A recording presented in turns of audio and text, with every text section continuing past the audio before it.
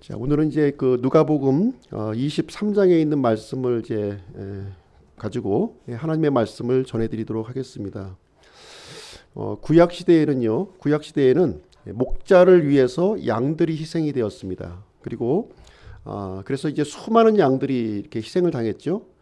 그러나 신약 시대에 들어와서는 양들을 위해서 한 목자가 희생되셨습니다.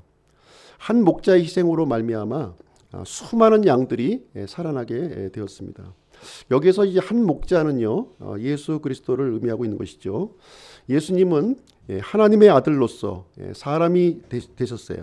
그래서 사람이 되신 이 목적은 무엇이냐면 자신의 몸을 많은 사람의 대성물로 주시기 위해서 사람의 몸이 되셨다, 이렇게 성경은 말하고 있습니다. 그래서 마가복음 10장 45절에 보시면 사람의 아들은 섬김을 받으러 오지 아니하고 도리어 섬기며 자기 생명을 많은 사람의 대성물로 주려고 왔느니라, 이렇게 말씀을 하고 있습니다. 예수님은 처음부터 죽기 위해 오신 것이죠. 죽기 위해서 오신 거예요. 오늘 이제 본문의 내용은 예수님께서 십자가에 달리시는 그런 내용을 이제 다루고 있습니다. 이 십자가 사건을 통해서 예수님은 온 인류를 향하여 죄 용서를 선포하고 있습니다. 누구든지요, 이 갈보리 십자가를 통과하게 되면 본질이 바뀌는 거예요. 본질이 바뀝니다. 유한한 것이 무한한 것으로 바뀌게 되고요, 죽음이 생명으로 바뀌고 지옥이 천국으로 바뀌고 죄의 종이 의의 종으로 바뀌며 마귀의 형상이 그리스도의 형상으로 이렇게 바꿔지게 됩니다. 그래서 이 그 십자가 사건은 사복음서에 모두 다 기록이 되어 있어요. 다 기록이 되어 있습니다. 그런데 특별히 그 누가복음에만 특별한 내용이 여기 이제 소개가 되고 있는데요. 십자가에 달린 이 두 강도 중에서 한 강도가 구원받는 이야기를 여기서 기록을 하고 있다는 것이죠. 그래서 오늘은 나를 기억하옵소서라는 제목을 가지고 오늘 본문의 말씀을 전해드리도록 하겠습니다. 예수님이 이제 죽으신 날은 이제 언제 돌아가셨냐면 6월절에 돌아가셨어요. 6월절. 성경에 기록된 대로 6월절에 이제 돌아가셨습니다. 그리고 예수님의 몸은 무덤에서 3일 낮 밤을 이렇게 무덤에서 이제 계셨습니다. 그리고 나서 일요일 날 주일에 예수님이 이제 부활을 하셨습니다. 그래서 일반적으로 이제 예수님이 금요일 날 돌아가신 것으로 이제 우리 일반적으로 교회에서 많이 알고 계신데요. 사실은 이제 그렇지 않다는 거죠. 성경을 좀 자세히 살펴보시게 되면 금요일이 아니라 목요일이라고 하는 사실을 이제 우리가 이제 알 수가 있는 것이죠. 금요일이 되면 3일 낮밤이 이렇게 성립이 될 수가 없어요. 금요일 밤, 그리고 토요일 아침, 토요일 저녁, 이렇게밖에 안 되는 것이죠. 그래서 목요일 날 돌아가셔야만 3일 밤, 3일 낮이 이렇게 성립을 이제 하게 되는 것입니다. 이스라엘의 절기도 이제 이 목요일에 돌아가신 것을 이제 지지하고 있는데요. 그 이유는 무엇이냐면 목요일 날 이제 6월절이 된다면 예수님은 하나님의 어린 양으로 이렇게 돌아가신 거예요. 그렇죠? 돌아가셨고요. 그럼 6월절 다음 날은 어떤 날이냐면 무교절이 시작이 됩니다. 무교절의 첫날이에요. 그래서 성경에 보시면 무교절의 첫날은 안식일로 또 지키게 되어 있어요. 그래서 이 안식일은 성경에 보시면 이제 두 종류의 안식일이 있는 거예요. 명절의 첫날과 마지막 날 지키는 안식일이 있고, 그 다음에 토요일 날 이렇게 지키는 일반 안식일이 있다, 이렇게 보시면 됩니다. 그래서 6월절 날 예수님이 돌아가셨고 그 다음 날은 무교절 첫날이기 때문에 명절의 첫날로서 큰 안식일이 되는 거예요. 그래서 요한복음에는 이제 큰 안식일로 이렇게 또 설명을 해주고 있는 것입니다. 그리고 이제 그 다음 날이 일반 안식일인 토요일이 되는 것이고, 예수님은 주일날 이렇게 부활하신 거예요. 그래서 목요일날 돌아가시게 되면 3일 밤, 3일 낮이 이렇게 그 성립이 되는 것이고요. 또 절기상으로도 이렇게 또 이렇게 일치하는 것을 우리는 이제 생각을 해 볼 수가 있습니다. 오늘은 예수님의 그 사형 집행하는 내용을 같이 살펴보게 될 텐데요. 이 사형 집행이 하루 만에 이루어졌다는 거예요. 사람의 목숨을 빼앗는데 하루 만에, 하루 저녁 만에 이 모든 일이 일사천리로 이렇게 진행이 되어졌습니다. 예수님은 아시다시피 6월절 그 전날, 하루 전날에 제자들과 이 만찬을 가지셨어요. 예, 만찬을 가지셨습니다. 그때 이제 예수님은 제자들의 발을 이렇게 씻겨주시고 또 함께 식사를 하시게 되었습니다. 그리고 식사를 마친 다음에는 이제 겟세마네 동산으로 이동하셨죠. 예, 겟세마네 동산에서 예수님께서 하나님 앞에 이렇게 그 이 잔을 옮겨달라고 하는 그 아주 처절한 기도를 거기서 드리시게 됩니다. 그때 이제 예수님의 제자 중에 한 명이었던 가룟 유다의 배반으로 말미암아 예수님이 이제 체포당하는 장면이 거기서 이제 이루어지게 됩니다. 그래서 예수님은 체포당하는 즉시 지금 밤새도록 신문과 고문으로 이렇게 시달리는 내용이 이제 성경에 기록이 되어 있고요. 마침내 이제 산헤드린 공회, 그러니까 유대인의 그 종교 재판이죠. 유대인들의 종교 재판에서 이제 예수님이 이제 사형이 선고가 됐습니다. 일단 종교 재판에서 사형이 선고가 되었고요. 그런데 이제 유대인들은 그 사형 집행권이 없었기 때문에 이제 로마의 총독이었던 빌라도에게로 이동하는 내용이 이제 기록이 되어 있습니다. 그래서 이 빌라도에게 이동했던 그 시기가 성경에는 이른 아침이다 이렇게 얘기를 해주고 있는 거예요. 이른 아침. 이른 아침이면 과연 어떤 시각이었을까? 최소한도 예수님이 이제 9시에 이제 십자가에 못 박히셨거든요. 예, 그러니까 최소한도 이 재판이 이루어지고 또 이렇게 고문을 받고 또 이렇게 그 십자가 처형 장소로 이동하려고 한다면 최소한도 3시간 정도는 이렇게 확보가 되어야 되기 때문에 한 6시 정도에 이 빌라도 관저에서 이렇게 재판이 이루어졌음을 우리는 이제 생각을 해 볼 수가 있는데요. 근데 이 재판은 이미 그 결론이 내려진 것이죠. 예, 이미 결론이 내려진 상태에서 이 빌라도의 이 사후 승인을 받기 위해서 이렇게 진행되었다는 것을 우리는 이제 알 수가 있습니다. 그 내용이 이제 23장 1절 2절부터 이제 그 내용이 이제 기록하고 있는데요. 23장 1절 2절 한번 보시도록 하겠습니다. 누가복음 23장 1절 2절. 그들의 온 무리가 일어나, 여기서 온 무리라고 하는 것은 누구를 얘기하고 있냐면 산헤드린 공회에 속해 있는 사람들이 얘기하고 있는 거예요. 산헤드린 공회에 속해 있는 사람들이 일어나 그분을 빌라도에게 끌고 가서 2절 그분을 고소하기 시작하여 이르되 우리가 보니 이 자가 민족을 그릇되게 하고 카이사르에게 공세내는 것을 금하며 스스로 그리스도 곧 왕이라 하더이다 하매. 그래서 이 산헤드린 공회에 있는 사람들이 이제 새벽 6시에 이제 예수님을 끌고 가서 빌라도에게 고소하는 내용이 여기에 기록이 되어 있는데 예수님에 대한 고소 제목이 3가지예요. 3가지가 지금 여기 언급이 되어 있습니다. 첫 번째는 무엇이냐면 이 자가 민족을 그릇된 길로 인도해 갔다는 거예요. 그리고 두 번째는 카이사르에게 공세내는 것을 금했다 이렇게 얘기해주고 있습니다. 그리고 세 번째는 스스로 자신을 그리스도 유대인의 왕이라고 지금 이제 얘기했다는 것을 지금 이제 그 고소 제목으로 지금 이제 제시를 해주고 있습니다. 이것은 이제 거짓된 고소였죠. 예, 거짓된 고소였습니다. 예수님은 이스라엘 민족들을 그릇된 길로 인도하려고 하는 적이 한 번도 없으셨어요. 예, 그리고 카이사르에게 공세내는 것을 금한 적도 없었습니다. 예수님은 카이사르의 것은 카이사르에게, 그리고 하나님의 것은 하나님에게 이렇게 바치라고 이렇게 말씀을 해주셨고요. 그리고 예수님이 스스로 이 자칭 그리스도라고 얘기한 것이 아니라 예수님을 향해서 많은 사람들이 구약에 기록된 구약에 예언된 그리스도라고 하는 사실을 많은 사람들이 인정했음을 우리는 이제 복음서 기록을 통해서 알 수가 있는 내용이 이제 되겠습니다. 그래서 어쨌든 이 유대인들은 종교 지도자들이죠. 종교 지도자들은 예수님을 지금 이제 반역죄에 해당하는 이 죄목을 가지고 이제 빌라도에게 고소를 하고 있는 그런 장면이 이제 되겠습니다. 그래서 이 예수님의 재판은 한마디로 얘기하면 부당한 재판이에요. 그렇지 않습니까? 예, 어떻게 사람의 목숨을 하루 만에 빼앗을 수가 있겠습니까? 또 어떤 사람이 기다렸다는 듯이 6시에 재판을 열어가지고 그 재판을 속기할 수가 있어요. 아무리 그 부지런한 공무원도 최소한 또 9시에 나와서 이렇게 공식적인 이 업무는 10시 정도 진행하는 것이 일반적인 상례인데 어떻게 6시에 일어나서 그 공무를 이렇게 집행할 수 있을 수가 있겠습니까?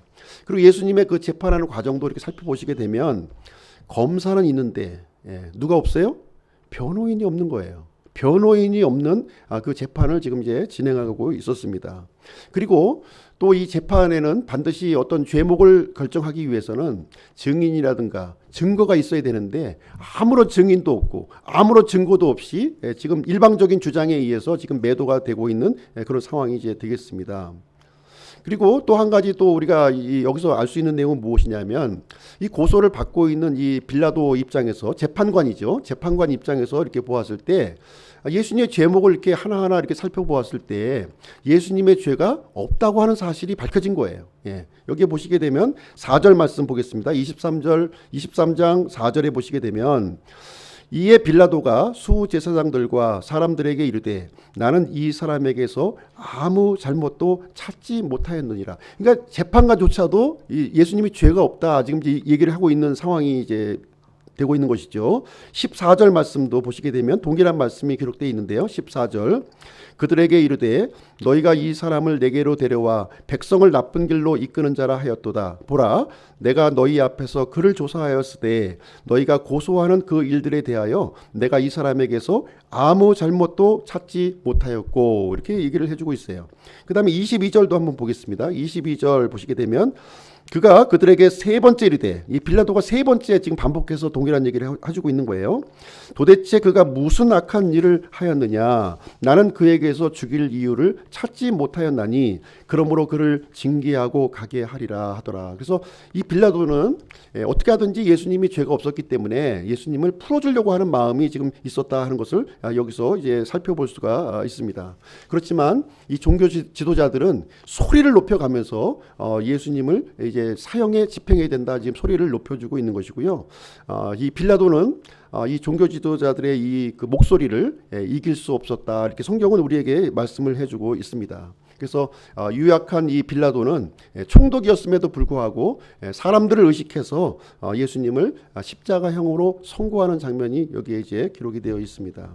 그러면서 이제 예수님이 십자가에 달리시면서 이 명절날 이제 흉악범인 바라바라고 하는 아주 그 난폭한 그 바라바를 풀려나는 그런 이야기가 여기에 기록이 되어 있습니다. 오늘은 이제 예수님이 십자가 달리시는 이 사건을 통해서 십자가의 두 강도 이야기를 한번 같이 살펴보도록 하겠습니다. 32절, 33절 한번 보실게요. 32절, 33절. 23장 32, 33절. 또 다른 두 범죄자도 죽게 되어 그분과 함께 끌려가니라. 그들이 갈보리라 하는 곳에 이르러 거기서 그분을 십자가에 못 박고 그 범죄자들도 그렇게 하니 하나는 오른편에 다른 하나는 왼편에 있더라. 이날 이제 예수님만 십자가형을 받으신 것이 아니라 두 명의 범죄자도 함께 십자가형을 받았다 이렇게 우리에게 얘기를 해주고 있어요. 그래서 예수님이 중앙에 십자가에 이제 못 박히셨고요. 두 명의 범죄자들이 한편은 왼쪽에 한편은 오른쪽에 이렇게 달렸다고 이렇게 얘기를 해주고 있습니다. 그리고 예수님이 십자가에 달리신 그 장소를 지금 언급해주고 있는데요. 여기 보시게 되면 갈보리라고 언급이 되어 있어요. 갈보리. 즉 흠정역 성경에는 이제 갈보리라고 되어 있고요. 개역 성경에는 해골이라고 표현이 되어 있습니다. 그래서 해골, 갈보리, 또 우리가 또 다른 말로 다른 복음서에는 골고다 이렇게 표현이 되어 있습니다.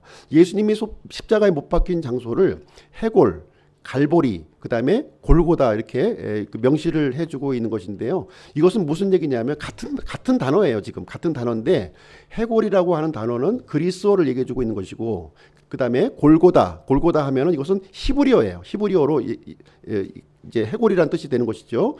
그 다음에 라틴어로 얘기했을 때는 갈보리가 되는 겁니다. 갈보리. 그래서 이 갈보리라고 하는 단어가 개역 성경에서는 기록되어 있지 않고요. 유일하게 킹제임스 성경에만 이 갈보리라고 하는 지명이 여기에 언급이 되어져 있는 것입니다. 그럼 왜 예수님이 이렇게 십자가에 달리신 장소를 어떤 곳에서는 해골, 어떤 곳에서는 골고다, 어떤 곳에서는 갈보리 이렇게 표현했을까요? 그렇죠?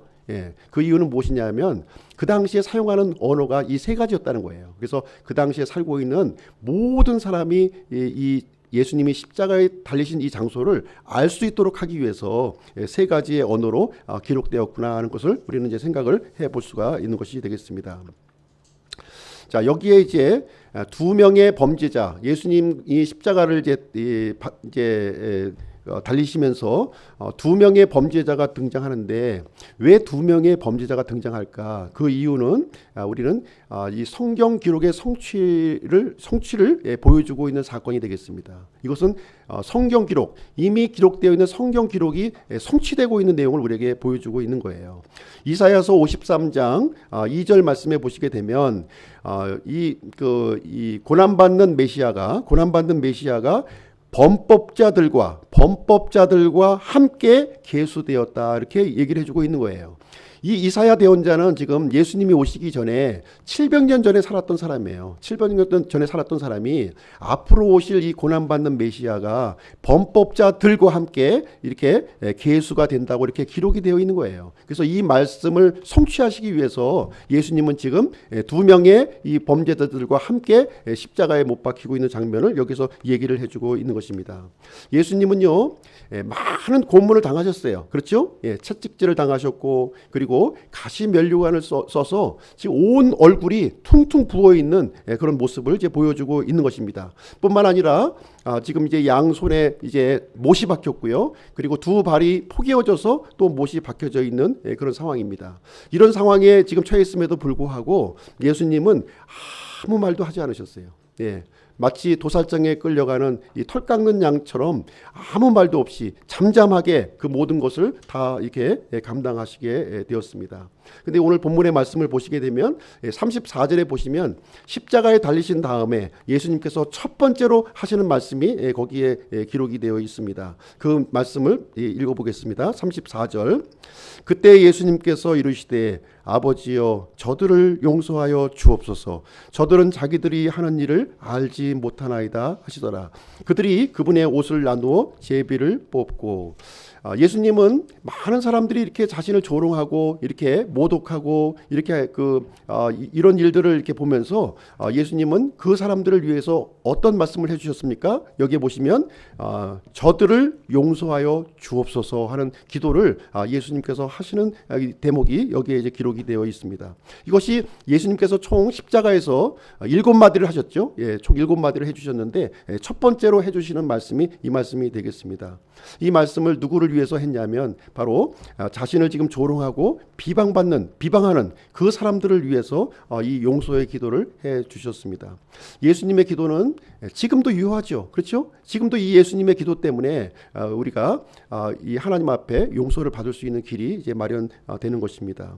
예수님은 지금 발가벗긴 채 있는 거예요. 지금 완전히 이 창조주 하나님께서 지금 사람들 앞에서 지금 발가벗긴 채 조롱당하면서 용서의 기도를 지금 해주고 있습니다. 그러면서 그 십자가 밑에서는 군병들이 예수님의 옷을 지금 제비로 뽑고 있는 거예요. 이 옷이 통으로 지금 짜여져 있기 때문에 나눌 수가 없어서 이 제비를 뽑는 장면이 기록되어 있는데 이것도 역시 성경 기록의 성취를 우리에게 보여주고 있습니다. 시편 22편 18절에 보면 이렇게 기록이 되어 있어요. 자기들끼리 내 옷들을 나누고 내 겉옷을 놓고 제비를 뽑나이다, 이렇게 얘기를 해주고 있습니다. 이것은 아시다시피 다윗의 시편이에요. 다윗은 예수님이 오시기 전에 1000년 전에 살았던 그 인물이 되겠습니다. 예수님은 이 앞으로 오실 메시아에게 일어날 일들을 시편에 지금 미리 이렇게 기록을 해주고 있는데 예수님의 이 메시아의 옷이 이렇게 제비를 뽑혀질 것을 얘기해주고 있고요. 이 말씀이 지금 성취되고 있는 모습을 우리에게 보여주고 있는 내용이 되겠습니다. 자, 이어지는 말씀 35절 36절 말씀 보겠습니다. 35절부터 37절 말씀 보겠습니다. 백성은 서서 지켜보는데 치리자들도 그들과 함께 그분을 비웃으며 이르되 그가 남들을 구원하였으니 만일 그가 하나님께서 택하신 자 곧 그리스도이면 자기도 구원할 것이라 하더라. 또 군사들도 그분을 조롱하면서 그분께 나와 식초를 바치며 이르되 내가 만일 유대인들의 왕이거든 내 자신을 구원하라 하더라, 이렇게 얘기해주고 있습니다. 지금 예수님 주변에는 수많은 사람들이 이제 많이 이제 포진해 있다고 하는 것을 우리는 이제 생각을 해볼 수가 있겠죠. 여기서 보시면 모든 사람들이 예수님이 이제 십자가에 달리신 모습을 보고서 조롱을 하고 있는 거예요. 백성들도 조롱을 했고 치리자들도 조롱을 했고 군사들도 조롱을 했고 그리고 십자가에 달려있는 두 명의 강도들도 예수님을 조롱했다고 성경에 우리를 얘기를 해주고 있습니다. 그래서 예수님을 향한 이 조롱, 이 십자가에 달리신 예수님을 향한 조롱도 역시 성경 기록의 성취를 우리에게 보여주고 있는 거예요. 역시 시편 22편에 보시게 되면 이 그 고난받는 메시아에게 있어서 많은 사람들이 고개를 흔들면서 예수님에 대해서 조롱할 것을 여기서 얘기를 해주고 있습니다. 아무도 예수님을 향해서 동정하지 않았어요. 아마 우리도 그 자리에 있었다면, 예수님이 그 십자가에 못 박히신 그 현장에 우리가 있었다면 우리 역시 아마 예수님을 향해서 조롱하는 그 자리에 있었을 것으로 생각을 합니다. 참으로 예수님은 창조주 하나님이셨지만 무기력한 모습으로 십자가에 달려 있었습니다. 그리고 이제 예수님의 그 십자가에는요, 명패가 달려 있다, 이렇게 얘기를 또 해주고 있는 거예요. 명패를 이제 38절 한번 보겠습니다. 38절에 보시면 그분 위에는 그리스어와 라틴어와 히브리어로 이 사람은 유대인들의 왕이라 쓴 글도 있더라, 이렇게 얘기를 해주고 있습니다. 여기 명패의 글도 세 가지 언어로 지금 기록이 되어 있는 거예요. 그렇죠? 예수님께서 십자가에 달리신 그 장소도 세 개의 언어로 성경은 얘기해주고 있고요. 예수님의 명패도 세 개의 언어, 즉 어떤 언어죠? 여기 보시면 그리스어, 라틴어, 히브리어, 당시에 사용하고 있는 이 모든 언어로 지금 여기에 이제 예수님의 죄명을 여기에 기록을 했는데, 이 죄명을 보시면 이렇게 되어 있는 거예요. 유대인들의 왕이라는 거예요. 유대인의 왕이라는 이유로 예수님은 십자가에 못 박혔다. 종교 지도자들은 사실 이제 이 예수님의 죄명을 이렇게 하지 말고 자칭 스스로 유대인의 왕이다, 이렇게 쓰기를 원했어요. 그러나 빌라도는 이 지도자들의 말을 듣지 아니하고 유대인들의 왕 예수 그리스도라고 이렇게 기록을 하게 되었습니다. 그래서 유대인들은 지금 어떤 죄를 지은 겁니까? 유대인의 왕을 지금 십자가에 못 박는 그 죄를 지었다고 하는 사실을 역사적으로, 지금 명시적으로 성경은 우리에게 알려주고 있는, 고발하고 있는 그런 내용이 이제 되겠습니다. 자, 이제 예수님 그 좌우에 이렇게 매달려 있는 두 강도의 모습을 한번 좀 살펴보도록 하겠습니다. 39절 40절 말씀이에요. 39절 40절. 매달린 범죄자 중에 하나는 그분을 욕하며 이르되 내가 만일 그리스도이거든 네 자신과 우리를 구원하라 하되, 다른 하나는 되받아서 그를 꾸짖으며 이르되 내가 동일한 정죄를 받고서도 하나님을 두려워하지 아니하느냐. 십자가의 두 강도는 처음에 예수님을 다 조롱했어요. 당신이 그리스도냐? 그리스도면 네가 한번 내려와 봐라. 이렇게 똑같이 이렇게 조롱하고 이렇게 저주를 했습니다. 그런데 오늘 이제 이 구절을 보게 되면서 한 강도와 다른 강도의 의견이 지금 이제 갈라지고 있는 모습을 여기서 보여주고 있어요. 한 강도는 계속해서 예수님을 조롱했고요. 근데 다른 강도는 이 강도를 꾸짖으면서 네가 하나님을 두려워하지 아니하느냐 하면서 이 변화된 모습을 우리에게 보여주고 있다고 하는 사실입니다. 41절 한번 보겠습니다. 41절. 우리는 우리가 행한 일에 합당한 보응을 받으니 참으로 공정하게 정죄를 받거니와 이 사람은 아무 잘못도 행하지 아니하였느니라, 이렇게 얘기를 해주고 있어요. 보통 일반적으로 그 범죄자들의 특징이 있습니다. 이 감옥에 gat히거나 이렇게 그 형벌을 받는 범죄자들의 특징을 이렇게 보시게 되면 자신의 죄를 인정하지 않아요. 그렇죠? 자신의 죄를 인정하지 않는 공통적인 특징을 가지고 있습니다. 그래서 자신이 잘못해서 그런 것이 아니라 다른 사람 탓으로 돌리는 거예요. 저 사람 때문에 내가 죄를 졌지, 나만 이게 잘못한 것이 아니다, 이렇게 얘기를 하는 것이죠. 또 사람뿐만 아니라 환경 탓을 하는 거예요. 환경이 잘못돼서 내가 이렇게 죄를 지었다, 이렇게 얘기를 합니다. 그리고 운이 나빠서 졌다는 거예요. 나만 죄를 진 것이 아니라 모든 사람이 죄를 졌는데 내가 운이 나빠서 걸린 것이지, 이렇게 하면서 자신의 죄를 변명하는 일반적인 특징을 이제 갖고 있는데요. 근데 이 한 강도는 지금 이제 자신의 죄를 인정하고 있는 모습을 여기서 이제 보여주고 있는 내용이 이제 되겠습니다.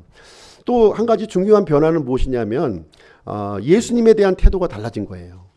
조금 전에는 예수님을 조롱하고 비방했는데 지금 이 예수님에 대한 태도를 완전히 180도 바꾼 모습을 여기서 보여주고 있어요.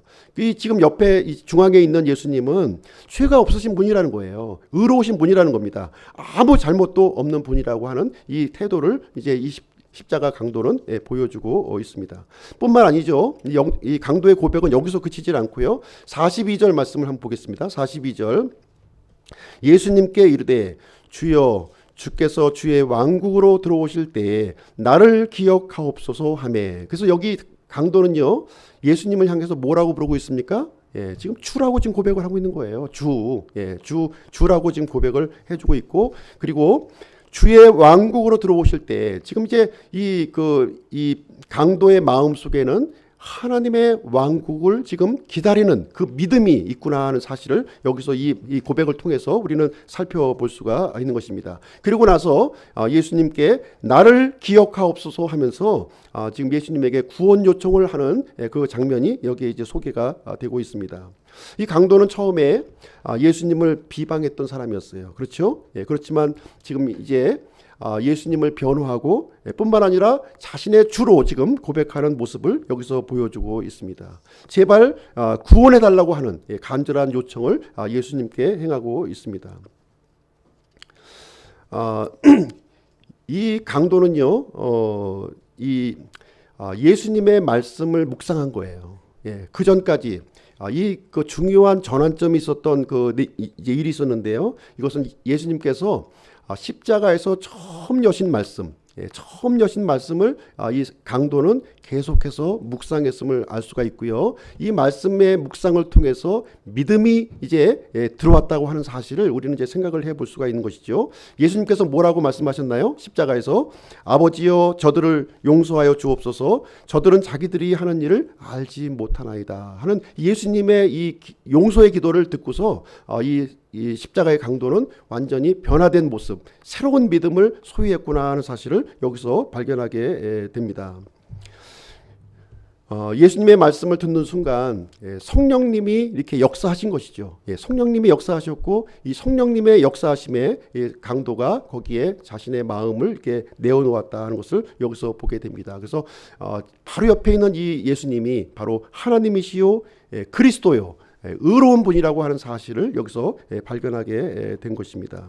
그래서 이 십자가의 강도는 이 성령님의 책망하심이 들려졌을 때 그 책망하는 음성에 순종하는 그 믿음을 가졌음을 우리는 생각을 해볼 수가 있습니다. 그래서 이 십자가 강도에게 신성한 변화가 일어난 거예요. 분명한 변화가 여기서 발생하게 되었습니다. 그래서 이 십자가 강도는 그 조롱하는 이 강도를 꾸짖을 수가 있었던 것이고요. 자신의 죄를 고백할 수 있었던 것이었고 예수 그리스도를 그리스도라고 시인할 수 있었던 사실입니다. 그래서 겸손한 마음으로 예수님을 이렇게 자신을 구원해달라고 하는, 기억해달라고 하는 그 요청을 하는 모습을 보여주고 있다고 하는 사실입니다. 이 강도의 요청에 대한 예수님의 이 대답을 한번 보시도록 하겠습니다. 43절 말씀이에요.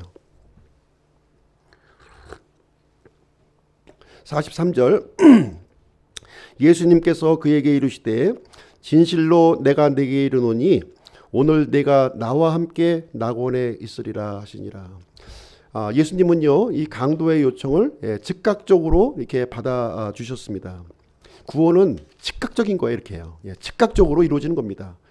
나의 죄를 회개하고 예수님을 그리스도로 받아들일 때 이 구원은 즉각적으로 이루어지는 것이구나 하는 사실을 여기서 알 수가 있습니다. 그래서 강도는 예수님을 통해서 여기서 구원받는 놀랍고 아름다운 장면이 여기서 우리에게 소개가 되고 있는 것입니다. 그래서 예수님의 이 십자가 사건을 통해서 두 명의 죄수가 은혜를 받은 거예요. 첫 번째 죄수는 누구였습니까? 바로 바라바였어요. 바라바. 이 바라바는 이 예수님 때문에 살아나게 되었죠. 살아나게 되었기 때문에 이 바라바는 이제 어떤 사람을 이제 예표를 하고 있냐면 구원받을 기회가 제공되어진 모든 사람들을 예표하고 있는 거예요. 육체의 생명을 예수님을 통해서 얻은 겁니다. 그래서 구원받을 수 있는 기회를 제공받은 모든 사람들은 이 바라바를 예표하고 있는 것이고요. 그리고 또 한 명이 은혜 받은 사람은 누구였냐면 십자가에 달린 강도였어요. 십자가에 달린 회개한 강도였던 것이죠. 이 사람은 예수님으로부터 어떤 은혜를 받았습니까? 영원한 생명이라고 하는 은혜를 받은 거예요. 비록 죽임을 당했지만 그럼에도 불구하고 영원한 생명을 받는 그 은혜를 받는 사람들을 예표하고 있다 이렇게 보시면 되겠습니다. 그래서 이 바라바와 지금 회개한 강도는요 이 세상의 모든 사람들을 지금 예표하고 있다 이렇게 보시면 되겠습니다. 자, 44절, 45절 한번 보실게요. 44절, 45절. 44절, 그때는 6시쯤이며 어둠이 9시까지 온 땅을 덮었더라. 자, 6시부터 9시까지 어둠으로 온 세상을 덮었다 이렇게 얘기하고 있는데요. 6시부터 9시는 지금 유대인 시각이에요. 유대인 시각을 얘기해 주고 있습니다. 유대인 시각으로 보면 아침 6시, 새벽 6시가 0시예요. 0시부터 시작합니다. 우리는 이제 자정부터 시작이 되죠. 근데 유대의 시각으로 보면 새벽 6시가 이제 0시가 되는 겁니다. 그래서 0시부터 카운터가 되는 거예요. 그렇죠? 그래서 0시부터 지금 이제 이 6시라고 하는 것은 무엇이냐면 6시가 0시라고 하면 6시면은 정오 시간이 6시가 되는 것이고요. 9시는 오후 3시가 되는 겁니다. 그래서 로마 시각으로 이 12시부터 3시까지 흑암이 임했다고 지금 여기에서 얘기를 해주고 있습니다. 태양이 빛을 비추지 않은 거예요. 이 시각부터 태양이 비추지 않았는데 어떤 사람들은 이 현상이 일식 현상이다 이렇게 주장하시는 분들이 있어요. 일식이 이렇게 3시간씩 진행되는 경우는 없습니다. 그렇게 진행이 될 수가 없는 것이죠. 그래서 이건 일식 현상이 아니라 하나님께서 이루신 초자연적인 그 현상을 우리에게 알려주고 있는 말씀이 되겠습니다. 이것은 어둠 속에 갇혀있는 세상의 모습을 우리에게 보여주고 있는 것이고요. 예수님과 끊어져 있는 이 세상, 하나님과 끊어져 있는 이 세상이 바로 어둠에 갇힌 이 세상의 모습이라고 하는 사실을 우리가 보여주고 있습니다. 그래서 예수님의 십자가 사건을 통해서 이제 새로운 문이 열려졌다고 하는 사실을 우리에게 가르쳐주고 있는 건데요. 45절 보겠습니다. 45절. 또 해가 어두워지고 성전의 휘장이 한가운데가 찢어지니라. 자, 성전을 보시게 되면 두꺼운 휘장이 있어요. 두꺼운 휘장은 뭐냐면 성소와 지성소를 가로막고 있는 두꺼운 휘장이 거기에 있었습니다. 근데 이 두꺼운 휘장이 어떻게 됐다고요?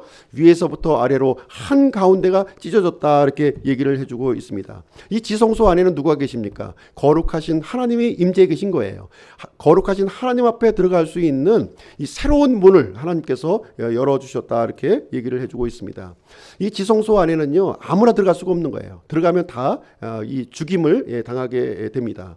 그래서 오직 속죄일날 대제사장만이 1년에 한 차례 이 지성소 안으로 들어갈 수가 있었는데 이제 예수님의 십자가의 죽으심으로 말미암아 이 거룩하신 하나님 앞에로 나아갈 수 있는 이 생명의 길, 새로운 길이 열려졌다고 하는 사실을 얘기해 주고 있습니다. 온 세상은 흑암에 갇혀져 있지만 예수님의 피를 통해서 이 하나님 앞에 거룩하신 하나님 앞에 나아갈 수 있는 새로운 산 길이 열려졌음을 우리에게 얘기를 해주고 있는 내용이 이제 되겠습니다. 예수님의 피로 찢어진 거예요. 예수님의 피로 찢어지게 되었습니다. 그래서 하나님께로 가는 이 통로, 하늘의 문이 우리에게 열려지게 되었습니다. 그래서 누구든지 예수 그리스도의 피를 의지하기만 하면 이제 하나님께로 나아갈 수 있는 그 길이 열려지게 되었다 이렇게 얘기를 해주고 있습니다. 그래서 이 십자가의 강도는요, 십자가의 강도가 이렇게 그 예수님을 이렇게 또 구원 요청을 해서 구원받은 것처럼 동일한 방식으로 모든 사람들이 구원받을 수 있다고 하는 사실을 우리에게 알려주고 있는 내용이 되겠습니다. 그래서 예수님이 달리신 이 십자가는요, 능력이 있는 거예요. 능력이 있습니다. 어떤 능력이 있습니까? 죄를 용서하는 능력이 있다는 거예요. 죄를 용서하는 능력이 있습니다. 아무리 흉악한 죄일지라도 용서를 받을 수 있음을 우리에게 알려주고 있습니다. 그래서 이 세상에는요, 사실상 두 명의 범죄자가 있는 거예요. 두 명의 범죄자가 있다. 모든 사람들이 죄인인데 두 명의 범죄자는 어떻게 구성이 되냐면 예수님의 피를 의지해서 용서받은 죄인이 있는 것이고, 용서받은 죄인, 그리고 예수님의 피를 거부하고 용서받지 못한 죄인이 있다 이렇게 우리에게 알려주고 있습니다. 그래서 우리 그리스도인들은 어떤 죄인들이에요? 용서받은 죄인들이에요. 자랑할 거 하나도 없어요. 우리의 의로운 행위와 선한 행위로 우리가 구원받은 것이 아니라 오직 예수님의 십자가의 공로, 용서하시는 그 능력을 통해서 우리가 값없이 우리가 용서를 받게 된 것입니다. 그래서 오늘은요, 이 십자가에서 회심한 이 강도의 이야기를 살펴보았는데, 우리 적용할 교훈을 한번 세 가지 한번 좀 말씀을 드리도록 하겠습니다. 자, 첫 번째는 구원받은 강도를 남용하지 말라는 거예요. 구원받은 강도를 남용하지 말라. 이 구원받은 강도는 사실 아무것도 한 일이 없어요. 그렇지 않습니까? 뭐 교회에 출석하지도 않았고요. 또 봉사하지도 않았고요. 또 헌금도 하지 않았고요. 평생 동안 죄만 짓고 살았던 거예요. 그렇죠? 예, 그랬지만 마지막 순간에, 인생의 마지막 순간에 예수님께 믿음 고백하고 구원을 받게 되었다. 이렇게 우리에게 얘기를 해주고 있어요. 참으로 놀라운 일인데요. 근데 이것을 남용하는 사람들이 있다는 거예요. 남용하는 사람들이. 이 모습을 바라보고서 나도 강도처럼 인생을 내 마음대로 살아야 되겠다. 그리고 죽기 전에 이 강도처럼 딱 고백하고 천국으로 가야겠다. 이런 생각을 하고 있는 사람이 있다는 거예요. 이런 얄미운 생각을. 이것은 누구의 생각이에요? 마귀의 생각입니다. 마귀의 생각. 이 생각에 동의하시면 안 돼, 절대로. 이 생각에 동의하시면 안 됩니다. 우리가 구원받는 것은 내가 결단을 해서 구원받는 겁니까? 내가 결단해서 구원받는 게 아니에요. 이 믿음조차도 내 안에 있는 믿음이 아니라 하나님께서 주시는 믿음이라는 거예요. 이 사실을 아셔야 돼요. 하나님께서 주시는 믿음으로 우리가 구원받는 것이지 내가 어떤 결단을 하고 결심해서 구원받는 것이 절대로 아니다라는 것을 얘기를 해주고 있습니다. 그래서 우리가 죽기 전에 예수님 믿어야지, 예수님 믿음 고백해야지, 아무리 믿음 고백하려고 하더라도 안 된다는 거예요. 그때는 그런 마음을 갖고 있으면 안 된다는 거예요. 그런 마음을 갖고. 구원은 선물로 받는 거예요. 선물. 하나님으로부터 선물로 받는 것이지 내가 쟁취하는 것이 아니라는 거예요. 주시는 분이 결정을 하는 것이지 내가 결정하는 것이 아닌 것을 분명히 알고 있어야 되겠습니다. 그래서 이 믿음이라고 하는 것은 어떻게 주어져요? 하나님의 말씀으로부터 온다, 이렇게 얘기해 주고 있어요. 로마서 10장 17절 말씀해 보시면 이 믿음은 들음에 의해서, 들음은 하나님의 말씀을 통해서 우리에게 온다. 내가 만들어내는 것이 절대로 아니다고 하는 사실입니다. 그래서 우리가 믿음을 얻기 위해서는 어떻게 해야 돼요? 하나님의 말씀을 묵상하고 또 묵상하고 묵상했을 때 성령님께서 우리에게 믿음을 주시는 거예요. 그 믿음으로 우리가 구원을 받는 것이지 내가 그냥 예수님이 십자가에 죽으셨으니까 내가 믿음 고백할 테니까 구원 주십시오 해서 받는 것이 아니다 하는 것을 여기서 얘기를 해주고 있는 내용이 되겠습니다. 그래서 우리가 구원받는 것은 죄에서 구원받는 거예요. 죄에서 구원받는다는 사실을 우리가 알고 있어야 되겠습니다. 그래서 죄에서 돌이킴이, 말씀을 듣고 내가 죄에서 돌이키는 결단이 있어야 되는 거예요. 십자가 강도에게는 그게 있었던 것이죠. 그렇죠? 예수님의 말씀을 듣고 거기에 대해서 내가 돌이킴이 있었다는 거예요. 돌이킴이 있었다는 것을 얘기해 주고 있습니다. 그때 성령님께서 나에게 믿음을 넣어주시는 거예요. 그래서 그 믿음으로 예수님을 그리스도로 고백을 하고 구원 요청을 하는 일이 발생이 된다, 이렇게 보시면 되겠습니다. 그래서 십자가의 이 강도는요, 특별한 케이스를 보여주는 것이지 일반적으로 보편적인 케이스를 보여주는 것이 아니다는 것을 얘기를 해주고 있습니다. 그래서 이 구원받은 강도는 사실 구원은 받았지만 상급이 있을까요, 없을까요? 상급은 없어요. 상급은 그냥 영혼만 구원받은 거예요. 간신히. 그런 케이스를 우리에게 보여주고 있는 내용이 되겠습니다. 그래서 구원이라고 하는 것은 가능한 한 빨리 받으시는 게 좋은 거예요. 빨리. 죽기 직전에 받으면 무슨 의미가 있겠어요. 그래서 가능한 한 빨리 받는 것이 좋습니다. 그래서 구원받는 순간부터 무엇이 시작이 되는 거예요? 영원한 생명이 시작이 되는 겁니다. 영원한 시기의 초침이 이제 그때부터 작동하기 시작을 하는 거예요. 그래서 우리가 이제 그때부터 우리가 무엇을 쌓아가는 것입니까? 하늘의 상급을 우리가 쌓아가는 일을 우리가 해야 된다는 것을 성경은 우리에게 가르쳐주고 있는 것입니다. 그래서 우리가 이렇게 교회의 멤버가 되어서 하나님을 섬기는 이유가 거기에 있는 거예요. 그래서 이것을 절대로 놓치면 안 돼요. 그래서 십자가의 강도 모습을 보고 나도 그렇게 해야 되겠다, 이런 이 남용을 해서는 절대로 안 된다는 것을 제 말씀을 드립니다. 그리고 두 번째는 이 십자가는 하나님의 공의와 용서를 상징하고 있다는 거예요. 하나님의 공의와 용서를 상징하고 있다. 예수님이 달리신 이 십자가의 이 능력은요, 엄청난 능력을 갖고 있다는 겁니다. 지금 두 강도도 같이 못 받겠죠? 두 강도의 십자가는 아무 효력이 없어요. 자기 죄로 죽은 거예요. 자기 죄로. 그러나 예수님의 십자가는 자기 죄로 죽은 것이 아니라 온 인류의 대성물로 창조주 하나님께서 죽으신 거죠. 그래서 이 예수님의 달리신 십자가에는 엄청난 능력을 갖고 있는 것입니다. 그래서 예수님이 달리신 십자가는 인간의 창한물이 아니라 바로 하나님의 창한물이라는 거예요. 하나님의 창한물로 예수님이 십자가에 달리신 것이고요.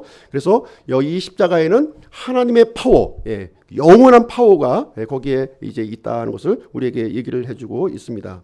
그래서 하나님께서는 예수님에게 온 인류의 죄를 이제 얹어 놓으신 거예요. 얹어 놓으셨고, 그래서 하나님께서 예수님을 뭐로 보셨어요? 사랑하는 아들로 본 것이 아니라 죄덩어리로 보신 것입니다. 죄덩어리로 보시고 그 예수님에게 죄덩어리가 되신 예수님에게 하나님의 진노의 심판을 거기에서 퍼부으신 것입니다. 그래서 예수님은 십자가에서 죽으실 때 죄와 함께 죽으신 거예요. 지금 온 인류의 죄는 누구의 죄도 포함되어 있나요? 나의 죄도 포함이 되어 있는 거예요. 나의 죄도 다 포함이 되어서 그 모든 죄를 완전히 단번에 영원히 제거하셨다, 이렇게 우리에게 알려주고 있는 내용이 이제 되겠습니다. 그래서 하나님께서는 예수님의 죽음을 보시고 만족해 하시고 흡족해 하신 것입니다. 왜냐하면 예수님의 그 십자가의 죽으심과 함께 모든 죄가 완전히 제거되었기 때문에 그렇습니다. 그래서 누구든지 이 예수님, 십자가에 달리신 이 예수님을 영접하기만 하면 그 십자가의 효력이 임하게 된다, 이렇게 우리에게 얘기를 해주고 있습니다. 이것은 오직 예수님의 공로라는 거예요. 나의 공로가 아니라 예수님의 공로이다, 이렇게 우리에게 얘기해주고 있습니다. 우리 에베소서 2장 말씀을 한번 가서 보실게요. 에베소서 2장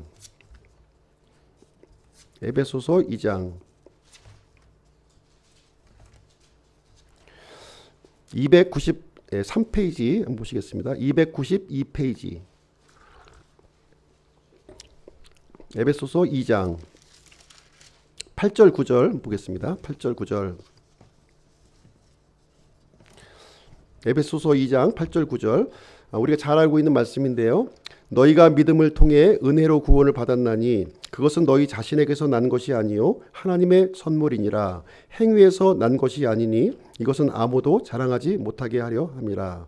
너희가 믿음을 통해 은혜로 구원을 받았나니 그것은 이렇게 하고 있죠. 그것은 무엇인가요? 그래서 그것은 했을 때 이 그것은 너희가 믿음을 통해 은혜로 구원을 받았나니 그것은 믿음을 얘기하고 있는 거예요.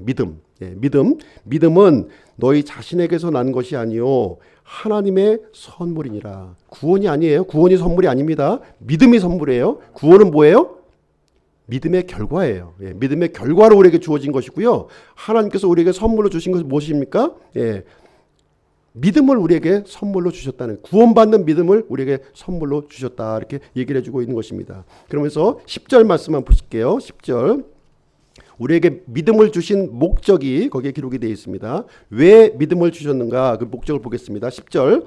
우리는 그분의 작품이요 그리스도 예수님 안에서 선한 행위를 하도록 창조된 자들이니라. 하나님께서 그 선한 행위를 미리 정하신 것은 우리가 그 행위 가운데에서 걷게 하려 하심이라. 그래서 구원받는 믿음을 하나님께서 우리에게 선물로 주신 목적이 뭐냐, 우리가 선한 행위를 하도록 하기 위해서 우리에게 선물로 주셨다, 이렇게 얘기하고 있는 것입니다. 그래서 하나님께서는 목적이 있었던 거예요. 목적을 가지고 우리를 선물을 주신 것이지, 우리가 이뻐서 착한 일을 많이 하니까, 또 다른 사람보다는 더 특별하니까 그 선물을 주신 것이 아니라는 거예요.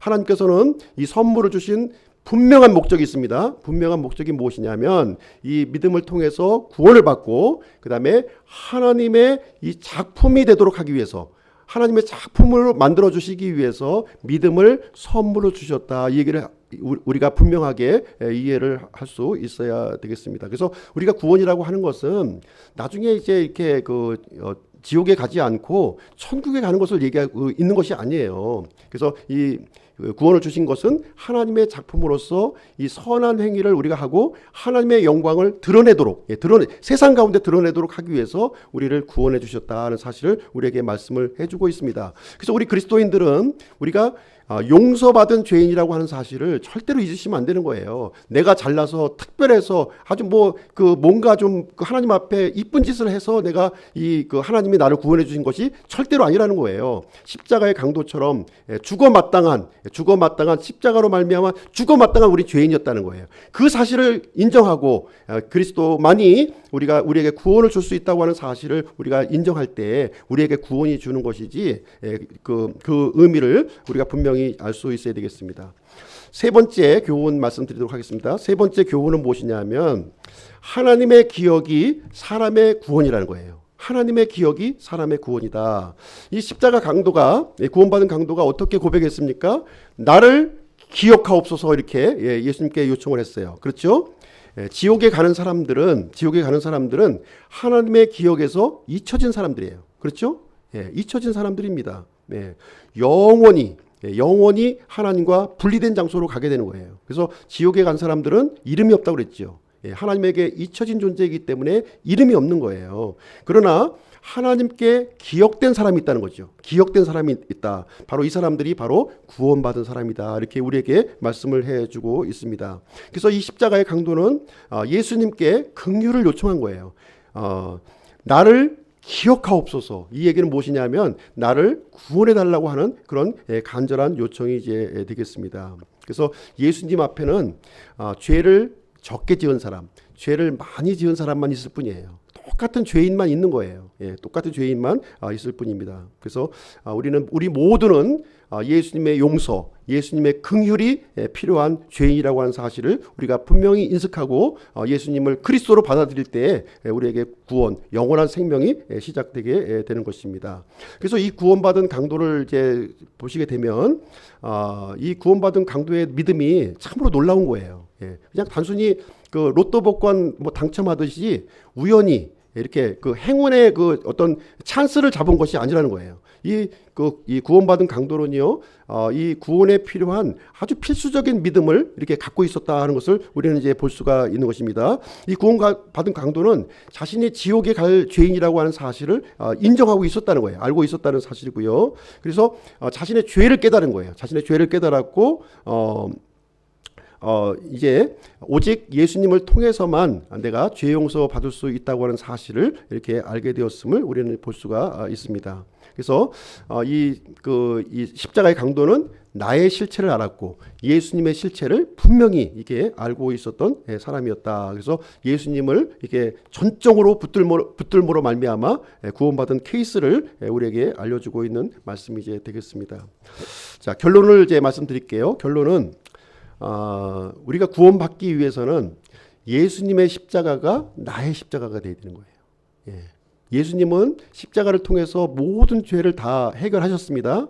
그런데 나에게 적용이 되기 위해서는 예수님의 십자가가 나의 십자가가 되어야 돼요. 그래서 이 구원받은 강도는 그것을 받아들인 거예요. 그것을 예수님의 십자가를 자신의 십자가로 이게 적용하는 그런 믿음을 갖고 있었다. 이렇게 우리 얘기를 해주고 있습니다. 그래서 예수님의 그 십자가를 이렇게 이번 주는 이렇게 한 주간 동안 묵상하는 그런 한 주간이 되었으면 좋겠습니다.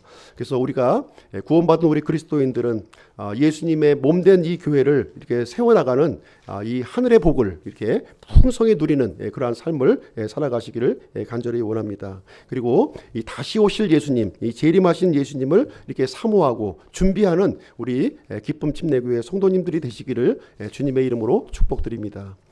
기도하고 마치도록 하겠습니다.